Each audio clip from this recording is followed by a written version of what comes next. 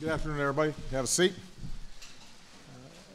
Today I had a chance to speak with John Boehner and congratulated Mitch McConnell on becoming the next Senate Majority Leader. And I told them both that I look forward to finishing up this Congress's business and then working together for the next 2 years to advance America's business. And I very much appreciated Leader McConnell's words last night about the prospect of working together to deliver for the American people. On Friday, I look forward to hosting the entire Republican and Democratic leadership at the White House to chart a new course forward. Obviously, Republicans had a good night, and they deserve credit for running good campaigns. Beyond that, I'll leave it to all of you and the professional pundits to pick through yesterday's results. What stands out to me, though, is that the American people sent a message, one that they've sent for several elections now. They expect the people they elect to work as hard as they do. They expect us to focus on their ambitions and not ours. They want us to get the job done. All of us in both parties have a responsibility to address that sentiment.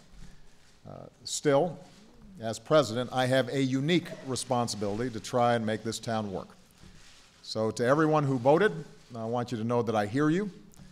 To the 2/3 of voters who chose not to participate in the process yesterday, I hear you too. All of us have to give more Americans a reason to feel like the ground is stable beneath their feet, that the future is secure, that there's a path for young people to succeed, and that folks here in Washington are concerned about them. So I plan on spending every moment of the next 2+ years doing my job the best I can to keep this country safe and to make sure that more Americans share in its prosperity. Now, this country's made real progress since the crisis 6 years ago. The fact is, more Americans are working. Unemployment has come down. More Americans have health insurance. Manufacturing has grown. Our deficits have shrunk. Our dependence on foreign oil is down, as are gas prices. Our graduation rates are up. Our businesses aren't just creating jobs at the fastest pace since the 1990s. Our economy is outpacing most of the world. But we've just got to keep at it until every American feels the gains of a growing economy where it matters most, and that's in their own lives. Obviously, much of that will take action from Congress. And I'm eager to work with the new Congress to make the next 2 years as productive as possible. I'm committed to making sure that I measure ideas not by whether they are from Democrats or Republicans, but whether they work for the American people. And that's not to say that we won't disagree over some issues that we're passionate about. We will. Congress will pass some bills I cannot sign. I'm pretty sure I'll take some actions that some in Congress will not like. That's natural. That's how our democracy works. But we can surely find ways to work together on issues where there's broad agreement among the American people. So I look forward to Republicans putting forward their governing agenda. I will offer my ideas on areas where I think we can move together to respond to people's economic needs. So just take one example. We all agree on the need to create more jobs that pay well. Traditionally, both parties have been for creating jobs rebuilding our infrastructure, our roads, bridges, ports, waterways. I think we can hone in on a way to pay for it through tax reform that closes loopholes and makes it more attractive for companies to create jobs here in the United States. We can also work together to grow our exports and open new markets for our manufacturers to sell more American-made goods to the rest of the world. And that's something I'll be focused on when I travel to Asia next week. We all share the same aspirations for our young people. And I was encouraged that this year Republicans agreed to investments that expanded early childhood education. I think we've got a chance to do more on that front.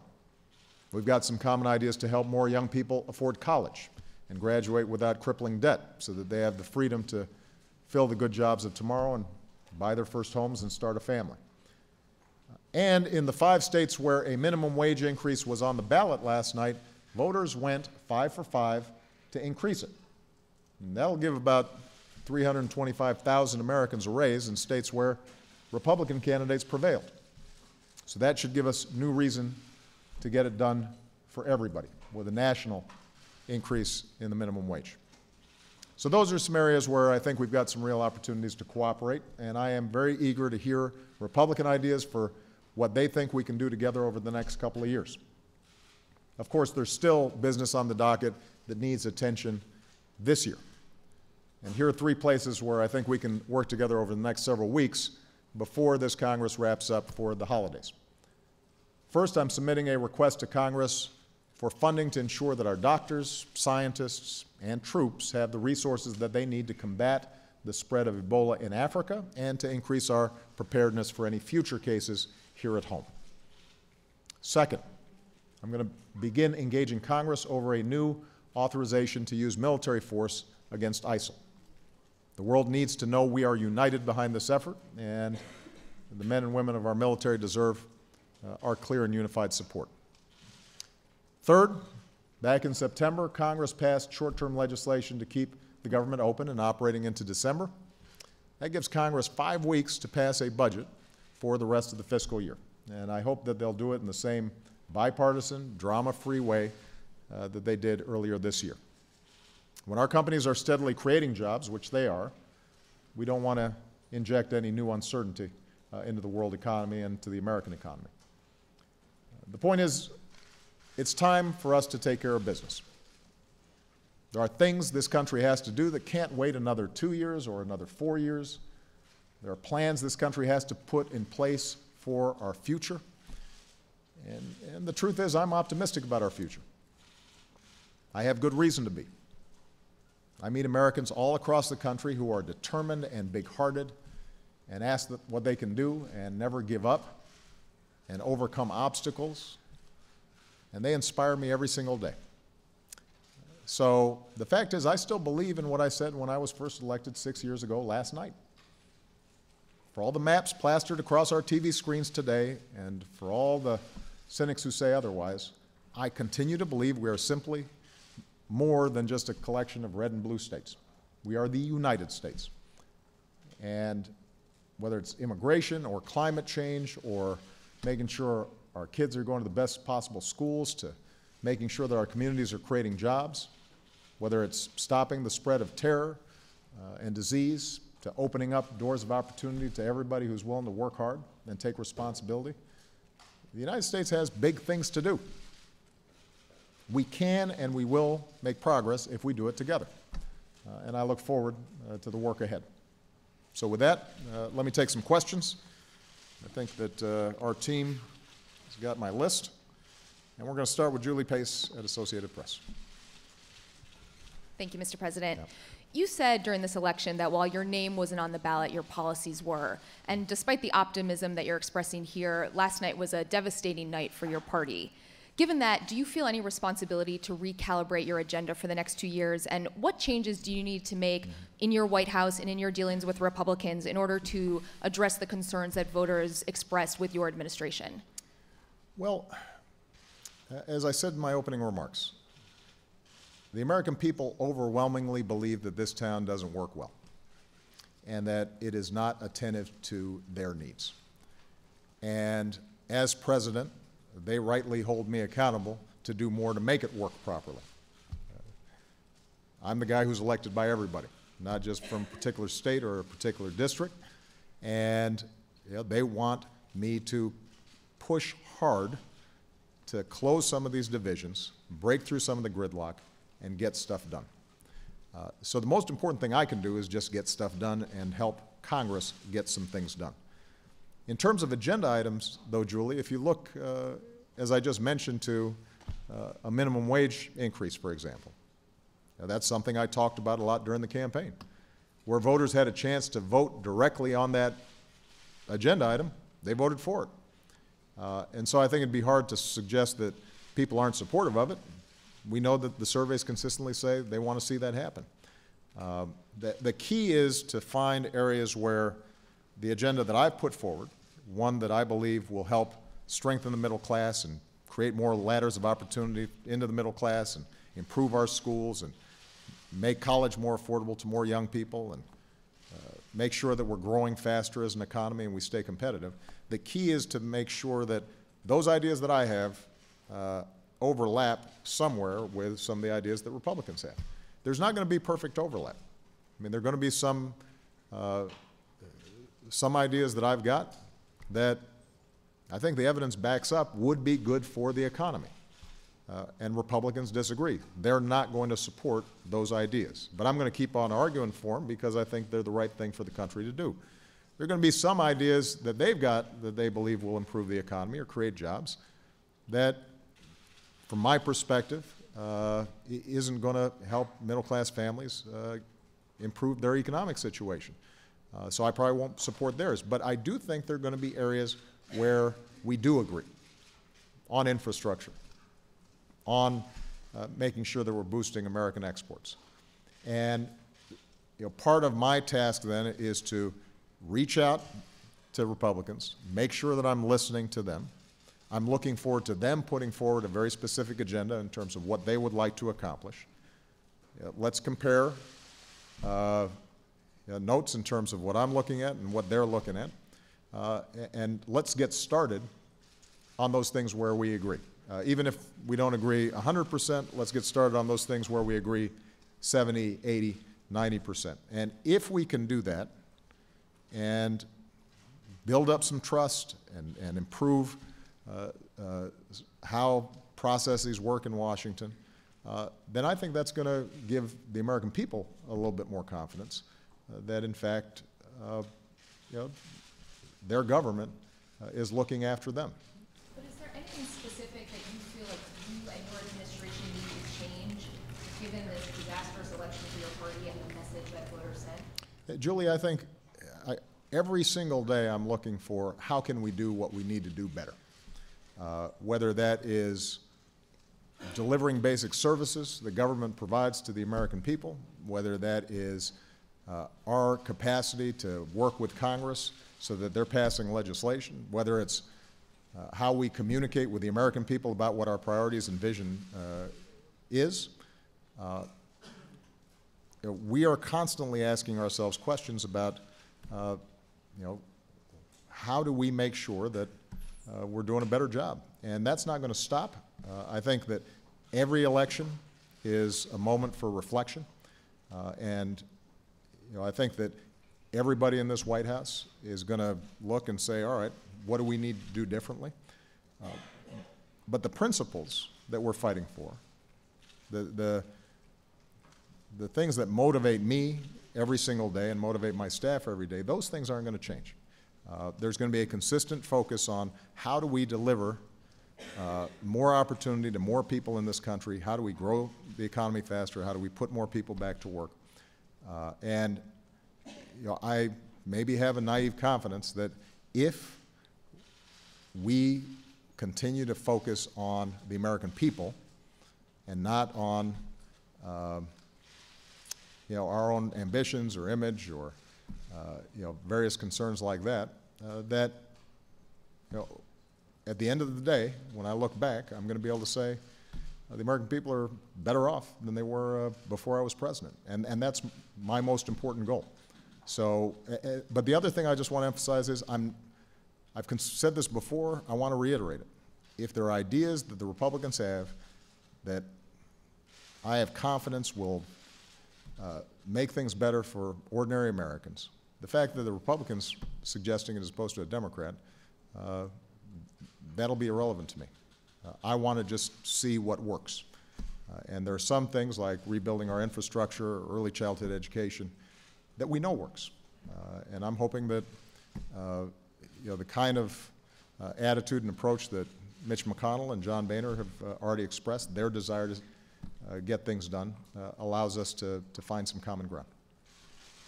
Jeff Mason. Thank you, Mr. President. In 2010, you called the results of the midterm election a shellacking. What do you call this? And can you give us an update on your feelings about the immigration executive order and the result in the aftermath of this election? Does the election affect your plans to release it? Is it likely to come out before the lame duck session is over? And have you reduced its scope to just a couple million people? Well, as I said in my opening statement, there's no doubt that the Republicans had a good night. And what we're going to make sure that we do is to reach out to Mitch McConnell and John Boehner, who are now running both chambers in Congress, and find out what their agenda is. And my hope is that they've got some specific things they want to do that correspond with some things that we want to get done. What's most important to the American people right now, the resounding message, not just of this election, but basically the last several, is get stuff done. Don't worry about the next election. Don't worry about party affiliation. Do worry about our concerns. Worry about the fact that I'm a single mom, and at the end of the month it's really hard for me to pay the bills, in part because I've got these huge child care costs. Do worry about the fact that I'm a young person who's qualified to go to college, but I'm really worried about taking $50,000 a year out in debt, and I don't know how I'd pay that back. Do worry about the fact that I'm a construction worker who has been working all my life, and I know that there's construction work that should be done, but right now, for some reason, projects are stalled. If we're thinking about those folks, I think we're hopefully going to be able to get some stuff done. In terms of immigration, I have consistently said that it is my profound preference and interest to see Congress act on a comprehensive immigration reform bill that would strengthen our borders, would streamline our legal immigration system so that it works better and we're attracting the best and the brightest from around the world, and that we give an opportunity for folks who've lived here, in many cases for a very long time, may have kids who are U.S. citizens, but aren't properly documented. Give them a chance to pay their back taxes, get in the back of the line, but get through a process that allows them to get legal. The Senate, on a bipartisan basis, passed a good bill. It wasn't perfect. It wasn't exactly what I wanted, but it was a sound, smart piece of legislation that really would greatly improve not just our immigration system, but our economy, and would improve business conditions here in the United States, and make sure that American-born workers aren't undercut by workers who are undocumented and aren't always paid a fair wage, and as a consequence, employers who are breaking the rules are able to undercut folks who are doing the right thing. So we got a bipartisan bill out of the Senate. I asked John Boehner at that point, can we pass this through the House? There is a majority of votes in the House to get this passed. And Speaker Boehner, I think, was sincere about wanting to pass it, but had difficulty over the last year trying to get it done. So when he finally told me he wasn't going to call it up this year, what I indicated to him is I feel obliged to do everything I can lawfully with my executive authority to make sure that we don't keep on making the system worse, but that whatever executive actions that I take will be replaced and supplanted by action by Congress. You send me a bill that I can sign, and those executive actions go away. That's a commitment I made not just to the American people and to businesses and evangelical community and law enforcement folks and everybody who's looked at this issue and thinks that we need immigration reform. That's a commitment that I also made to John Boehner, that I would act in the absence of action by Congress. So before the end of the year, we're going to take whatever lawful actions that I can take that I believe will improve the functioning of our immigration system, that will allow us to surge additional resources to the border, where I think the vast majority of Americans have the deepest concern. And at the same time, I'll be reaching out to both Mitch McConnell, John Boehner, and other Republican as well as Democratic leaders to find out how it is that they want to proceed. And if they want to get a bill done, whether it's during the lame duck or next year, I'm eager to see what they have to offer. But what I'm not going to do is just wait. I think it's fair to say that I've shown a lot of patience and have tried to work on a bipartisan basis as much as possible. And I'm going to keep on doing so, but in the meantime, let's figure out what we can do lawfully through executive actions to improve the functioning of the existing system. How will you make sure that that executive action has teeth and the Republicans try to block it by blocking funding? And can you give us a sense of whether or not you're thinking about $2 million or a lot more million now? Jeff, I think if you want to get into the details of it, I suspect that when I announce that executive action, it'll be rife with detail. And I'm sure there will be a lot of follow-up questions. Chris Jansing.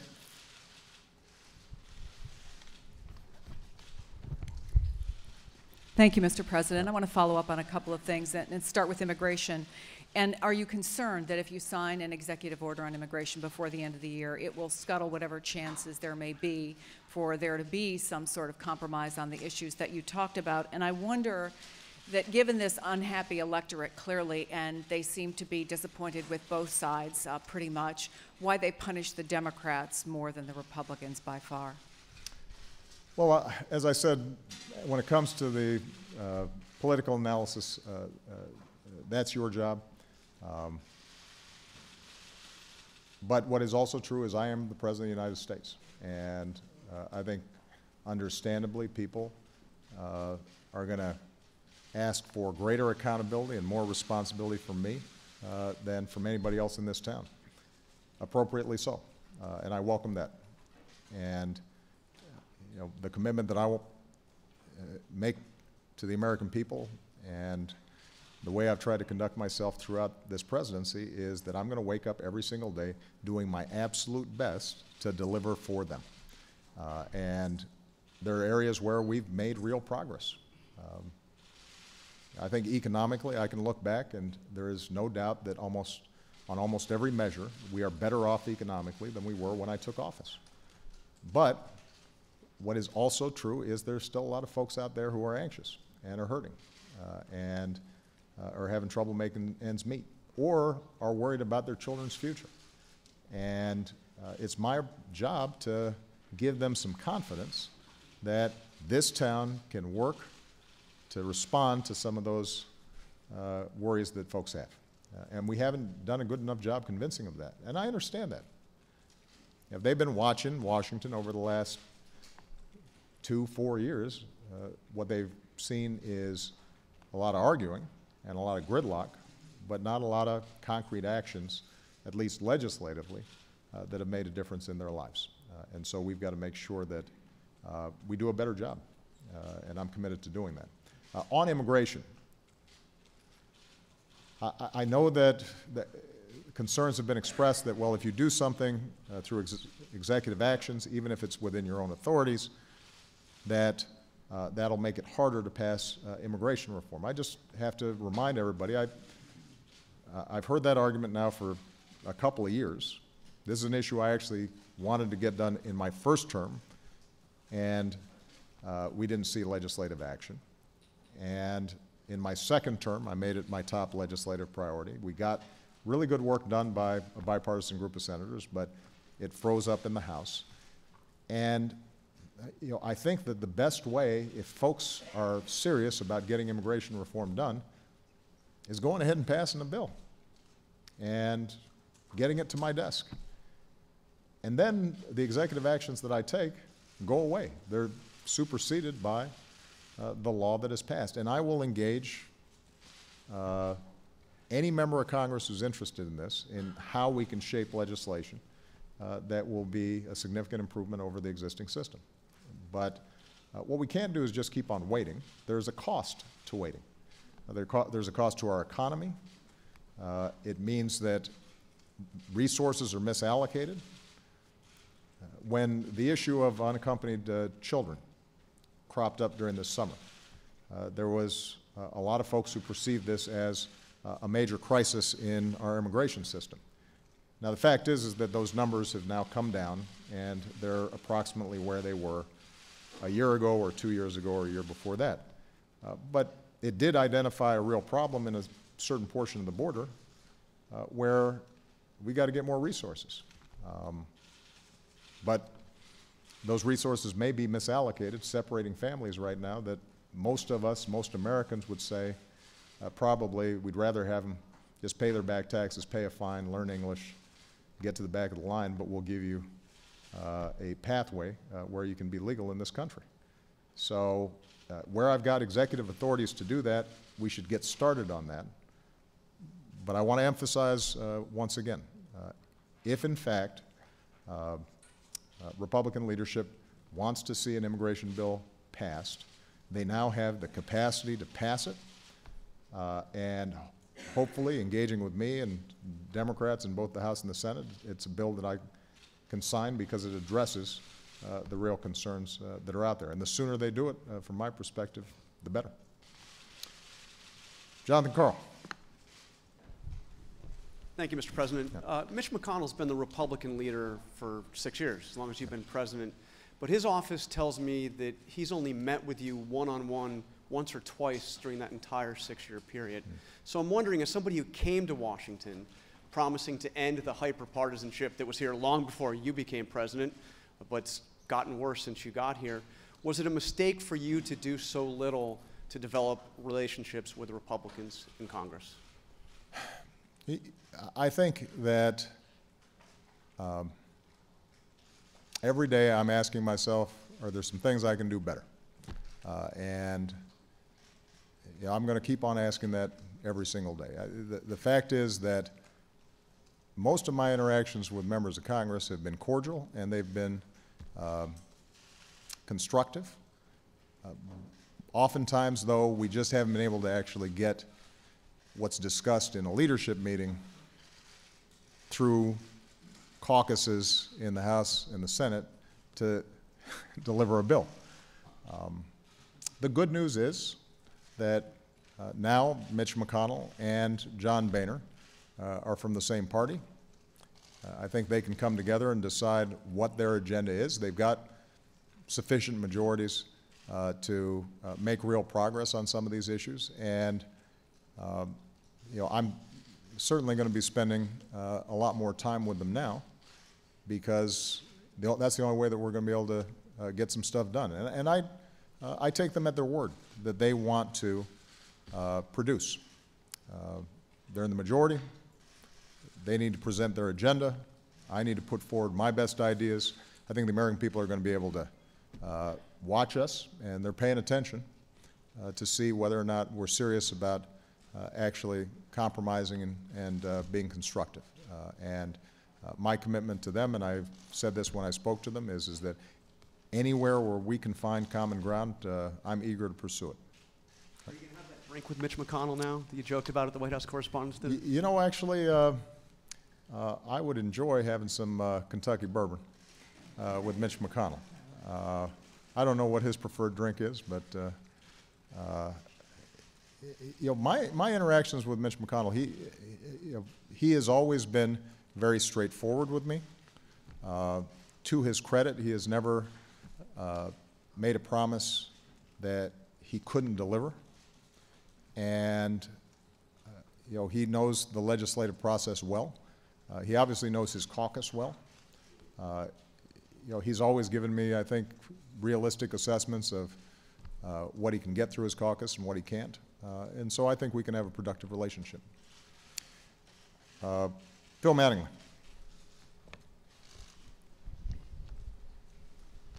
Thank you, Mr. President. Yeah. Another deadline coming up is on your negotiators by November 24th. Have to figure out if they're going to reach a deal with Iran on a nuclear a nuclear agreement. I'm interested what your current perspective is on how those negotiations are going. Also, if it is your feeling that you have the power to implement any type of agreement that's reached without any action from Congress. And then also just wanted to quickly touch on the AUMF that you mentioned earlier. Is that going to be more of a codification of the limits that you've put in place for the mission up to this point?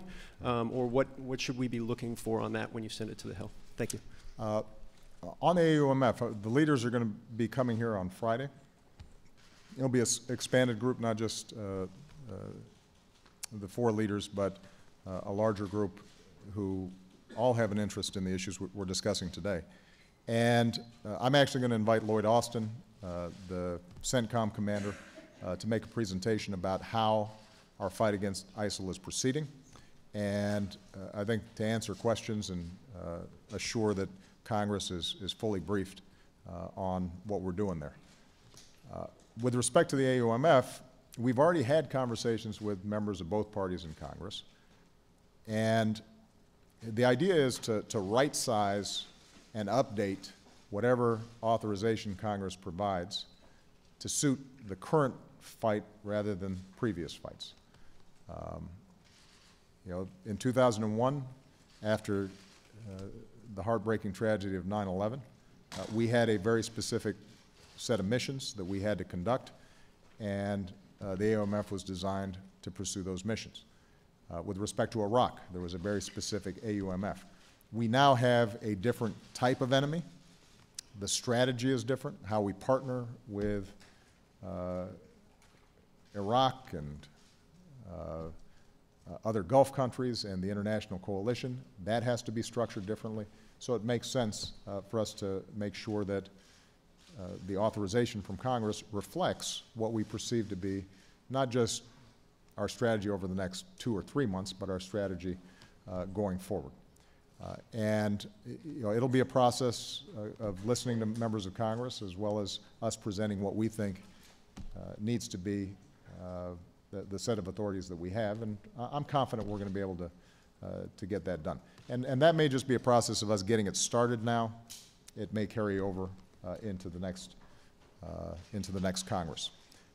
On Iran, because of the unprecedented sanctions that we put in place that really did have a crippling effect on Iran's economy, they've come to the table and they've negotiated seriously around providing assurances that they're not developing a nuclear weapon for the first time.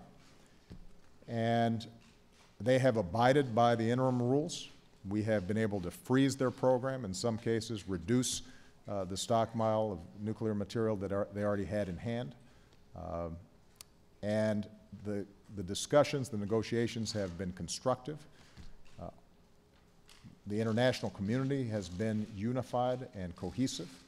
There haven't been a lot of cracks in our alliance. You know, even countries where we have some differences, like Russia, have agreed with us and have worked with us cooperatively in trying to find ways to make sure that we can verify and have confidence going forward that Iran doesn't have the capacity to develop a nuclear weapon that could not only threaten friends of ours like Israel, trigger a nuclear arms race in the region, but could, over the long term, potentially threaten us. Whether we can actually get a deal done, we're going to have to find out over the next 3 to 4 weeks. We have presented to them a framework that would allow them to meet their peaceful energy needs. And if, in fact, what their leadership says, that they don't want to develop a nuclear weapon, if that is in fact true, then they've got an avenue here to provide that assurance to the world community and in a progressive, step-by-step, verifiable way, allow them to get out from under sanctions so that they can re-enter as full-fledged members of the international community. But they have their own politics. And there's a long tradition of mistrust between the two countries. And there's a sizable portion of the political elite that, you know, cut its teeth on anti-Americanism and still finds it convenient to blame America for every ill that there is. And whether they can manage to say yes to what clearly would be better for Iran, better for the region, and better for the world is an open question. We'll find out over the next several weeks. All right? Sir, on whether or not you have the power unilaterally to relax sanctions to implement an agreement? Yeah, there are a series of different sanctions. There are multilateral sanctions, there are UN sanctions, there are sanctions that have been imposed by us, this administration, unilaterally, and I think it's different for each of those areas. But I don't want to put the cart before the horse. What I want to do is see if we in fact have a deal. If we do have a deal that I have confidence will prevent Iran from getting a nuclear weapon, and that we can convince the world and the public will prevent Iran from getting a nuclear weapon. Then, you know, it'll be time to engage in Congress, and I think that we'll be able to make a strong argument to Congress that this is the best way for us to avoid a nuclear Iran, that it will be more effective than any other alternatives we might take, including military action. But that requires it being a good deal. And I've said consistently that I'd rather have no deal than a bad deal, because what we don't want to do is lift sanctions and provide Iran legitimacy, but not have the verifiable mechanisms to make sure that they don't break out and produce a nuclear weapon. Okay. Ed Henry. I missed you guys. I haven't done this in a while. I know. I've missed you. Yeah. Thank you, Mr. President. I haven't heard you say a specific thing during this news conference that you would do differently. You've been asked it a few different ways. I understand you're going to reach out, but you've talked about doing that before. It's almost like you're doubling down on the same policies and approach you've had for 6 years. So my question is, why not pull a page from the Clinton playbook and admit you have to make a much more dramatic shift in course for these last 2 years?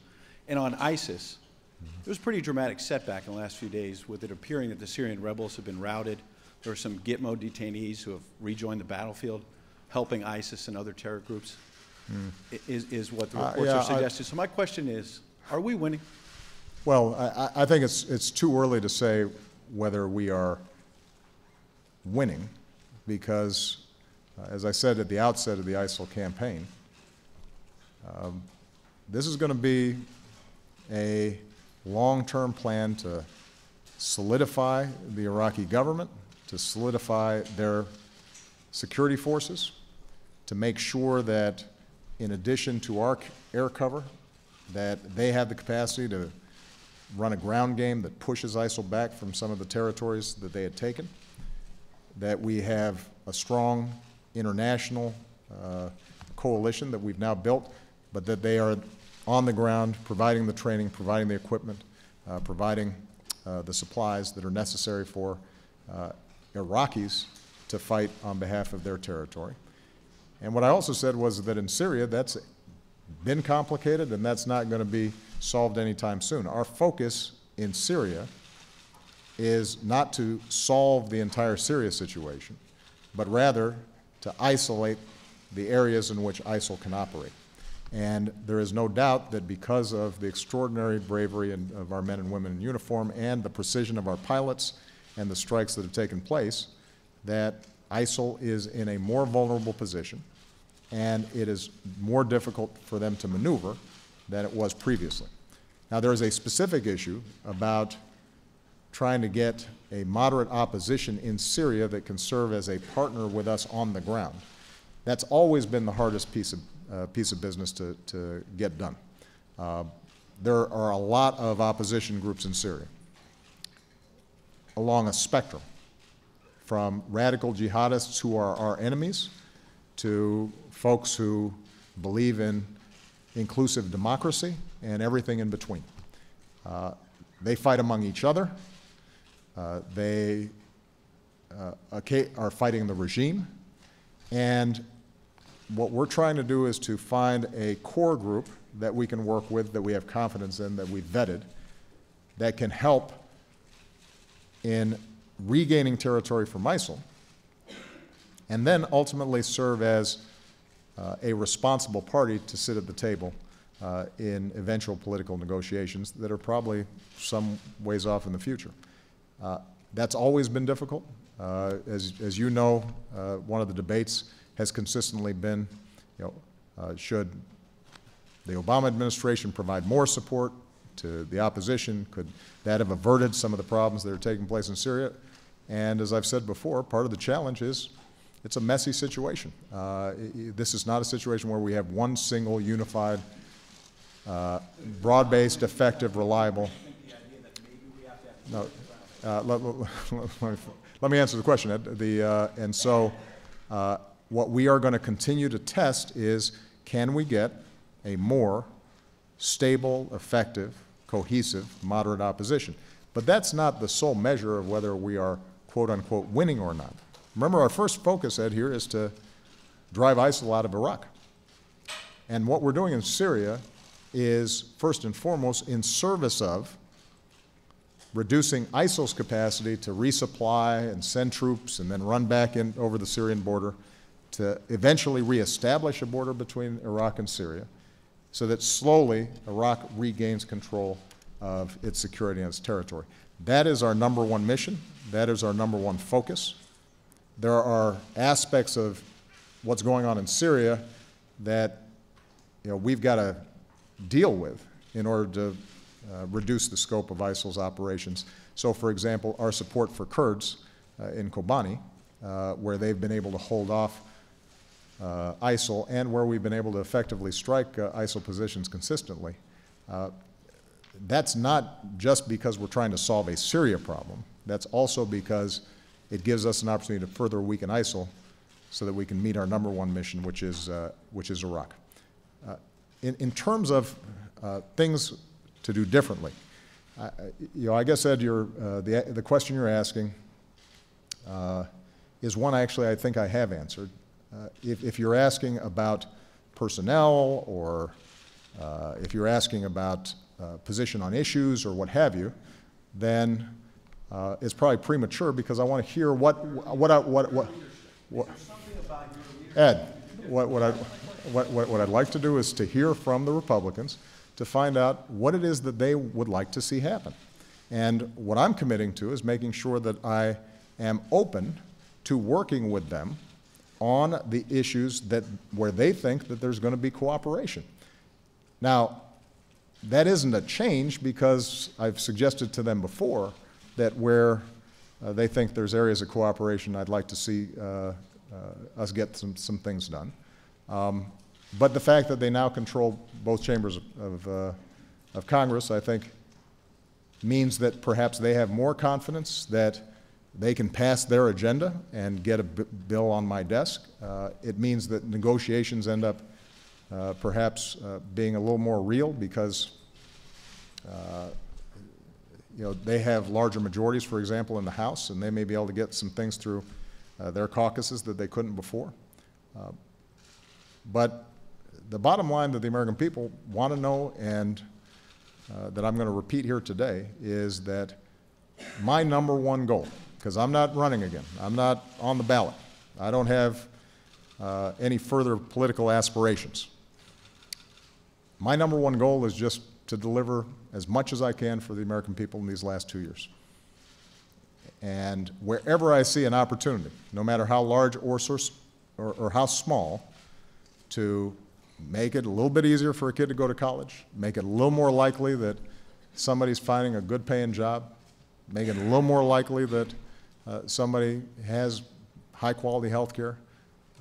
Even if I'm not getting a whole loaf, I'm interested in getting whatever legislation we can get passed that adds up to improve prospects and an improved future for the American people. Sam Stein. Thank you, Mr. President. Following the elections, congressional Republicans are pushing once again for major reforms to your Health Care Act. In the past, you've said you're open to good ideas, but you don't want to undermine the bill. Can you tell us what specific ideas you're ruling out? Have the election results changed your calculus on reforming the law? And how confident are you heading into the second enrollment period? And on a totally unrelated matter, have you settled on a nominee to replace Attorney General Eric Holder? And if so, who is it? You guys want to spread out your news a little bit, don't you? You don't want it all in just one big bang. On the Attorney General, we have a number of outstanding candidates who we're taking a look at now, and in due course I will have an announcement. And you'll be there, Sam, when that's announced. But I'm confident that we'll find somebody who is well qualified, will elicit the confidence of the American people, will uphold their constitutional obligations and rule of law, and will get confirmed by the Senate. On health care, there are certainly some lines I'm going to draw. Repeal of the law, I won't sign. Efforts that would take away health care from the 10 million people who now have it, and the millions more who are eligible to get it, we're not going to support. In some cases, there may be recommendations that Republicans have for changes that would undermine the structure of the law. And I'll be very honest with them about that and say, look, the law doesn't work if you pull out that piece or that piece. On the other hand, what I have said is there's no law that's ever been passed that is perfect. And given the contentious nature in which it was passed in the first place, there are places where, if I were just drafting a bill on our own, we would have made those changes back then. And certainly, as we've been implementing, there are some other areas where we think we can do even better. So, if in fact one of the items on Mitch McConnell's agenda and John Boehner's agenda is to make responsible changes to the Affordable Care Act to make it work better, I'm going to be very open and receptive to hearing those ideas. But what I will remind them is that despite all the contention, we now know that the law works. You've got millions of people who have health insurance who didn't have it before. You've got states that have expanded Medicaid to folks who did not have it before, including Republican governors who've concluded this is a good deal for their state. And despite some of the previous predictions, even as we've enrolled more people into the Affordable Care Act and given more people the security of health insurance, healthcare inflation has gone down every single year since the law passed, so that we now have the lowest increase in healthcare costs in 50 years, which is saving us about $180 billion in reduced overall costs to the federal government in the Medicare program. So we are, I think, really proud of the work that's been done, but there's no doubt that there are areas where we can improve it. So I'll look forward to seeing what list they've got of improvements. Is the individual mandate one of those lines you can't cross? Yeah, the individual mandate is a line I can't cross because the concept, borrowed from Massachusetts, from a law instituted by a former opponent of mine, Mitt Romney, understood that if you're providing health insurance to people through the private marketplace, then you've got to make sure that people can't game the system and just wait until they get sick before they go try to buy health insurance. You can't ensure that people with pre-existing conditions can get health insurance unless you also say, while you're healthy, before you need it, you've got to get health insurance. And obviously there are hardship exemptions. We understand that there's some folks who, even with the generous subsidies that have been provided, still can't afford it, but that's a central component of the law. In terms of enrollment, we'll do some additional announcements about that in the days to come. Starting in the middle of this month, people can sign up again. I think there are a number of people who, the first time around, sat on the sidelines, in part because of our screw-ups on healthcare.gov. That's one area, Ed, by the way, it's very particular. We're really making sure that the website works super well before the next open enrollment period. We're double and triple checking it. And so I think a lot of people who maybe initially thought, we're not sure how this works, let's wait and see, they're going to have an opportunity now to sign up. And what's been terrific is to see how more private insurers have come into the marketplace so that there's greater competition in more markets all around the country. The premiums that have come in that are available to people and the choices that are available are better than a lot of people, I think, had predicted. So the law's working. That doesn't mean it can't be improved. Major Garrett. Thank you, Mr. President. And if you do miss us, allow me to humbly suggest we do this every week. We might. Who knows? I'm having a great time. Let me go back to immigration. Moments before you walked out here, sir, Mitch McConnell said, and I quote, that if you, in fact, use your executive authority to legalize a certain number of millions of undocumented workers, it would poison the well, direct quote, and it would be like waving a red flag in front of a bull. Do you not believe that is the considered opinion of the new Republican majority in the House and Senate? And do you also not believe what they have said in the aftermath of last night's results, that the verdict rendered by voters should stop you or should prevent you from taking this action because it was a subtext in many of the campaigns? Let me ask you a couple of specifics. Republicans haven't made a mystery about some of the things they intend to say. Do I have to write all these down? You're very well familiar with these. These will not be mysteries to you. But you know. Keystone XL pipeline, they will send you legislation on that. They will ask you to repeal the medical device tax as a part of a funding mechanism of the Affordable Care Act. And they have said they would like to repatriate some maybe $2 trillion of offshore revenue at the corporate level by reforming the corporate tax code without touching the individual tax code. To use your words, Mr. President, are any of those three lines you cannot cross, and also deal with what you perceive to be Republican attitudes about immigration? All right. I think, Major, that I answered the question on immigration. I have no doubt that there will be some Republicans who are angered or frustrated by any executive action that I may take. Those are folks, I just have to say, who are also deeply opposed to immigration reform in any form and blocked the House from being able to pass a bipartisan bill. I have said before that I actually believe that John Boehner is sincere about wanting to get immigration reform passed, which is why for a year I held off taking any action beyond what we'd already done for the so-called Dream Kids, and did everything I could to give him space and room to get something done. And what I also said at the time was, if in fact if this Congress could not get something done, then I would take further executive actions in order to make the system work better, understanding that any bill that they pass will supplant the executive actions that I take. So I just want to reemphasize this, Major. If in fact there is a great eagerness on the part of Republicans to tackle a broken immigration system, then they have every opportunity to do it.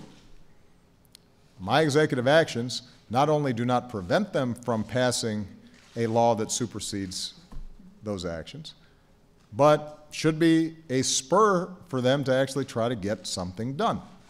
And I am prepared to engage them with every step of the way with their ideas. I think we should have further broad-based debate among the American people.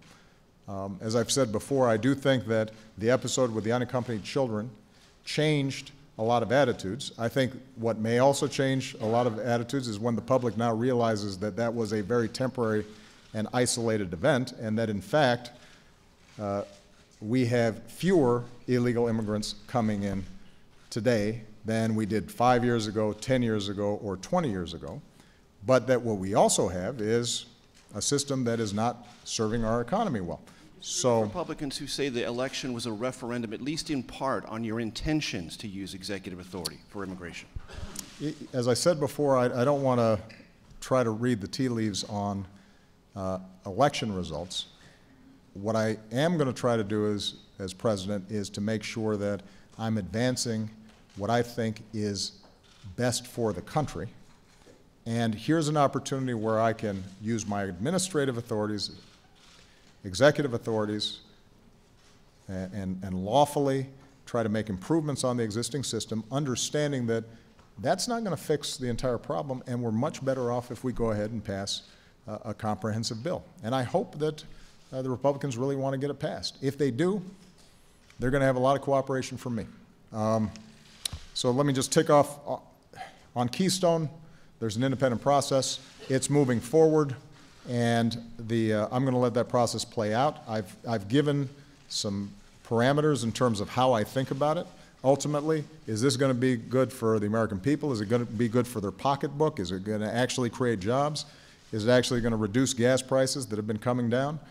And is it going to be on net something that doesn't increase climate change that we're going to have to grapple with?